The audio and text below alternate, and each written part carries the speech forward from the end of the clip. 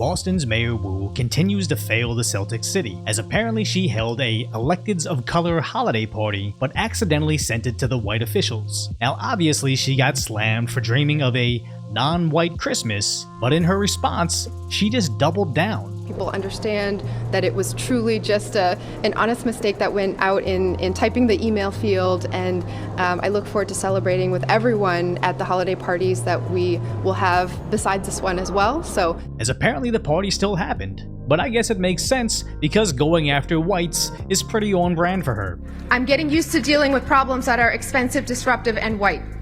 I'm talking about snowflakes. Snowflakes, I mean snowstorm snowflakes. As Shoe-on-Head posted on Twitter, pointing out the odd phenomenon of politicians that would exclude white people in public, oftentimes exclusively include them in their privates. Now I strongly believe people should be free to date anybody regardless of race, as I do understand there is this particular pocket of Asian men that seem oddly obsessed with criticizing Asian women like Wu. And I even hate bringing it up, but in my experience those guys are usually the ones that themselves have a hard time dating outside their race, so I honestly just see it as sad jealousy. But my personal issue with Wu is putting politics over family, as every time she goes on television demonizing people like her husband, every time she excludes an entire race at a Christmas celebration, every second she's in political power and she's not speaking out against affirmative action in her own city, she's making the world a little worse for her own kids. And if you really think about why she's doing this, it's for nothing more than political power. And I understand the phrase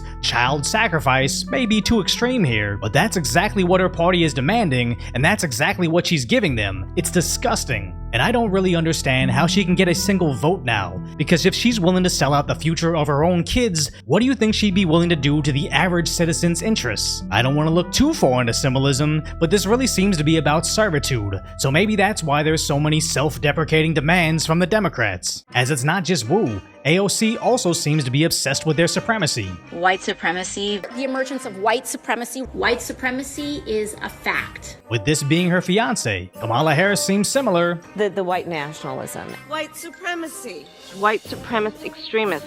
As the second gentleman is the same. And peculiarly, even political commentators have this in common. White nationalist racist diatribe. White supremacy. But it has to do with white power. As Don Lemon is married to this man. And again, I'm not critical of people dating whoever they want. Half the girls I've dated weren't Asian, and none of them were this bizarre combination of curly-haired Kirkland brand Korean that can't speak correctly. So I'll never understand why people make it their political stance to ostracize the types of people that they like to sleep with. Although, I do seem to criticize unemployed behavior, and my ideal woman would be unemployed while she raised my children.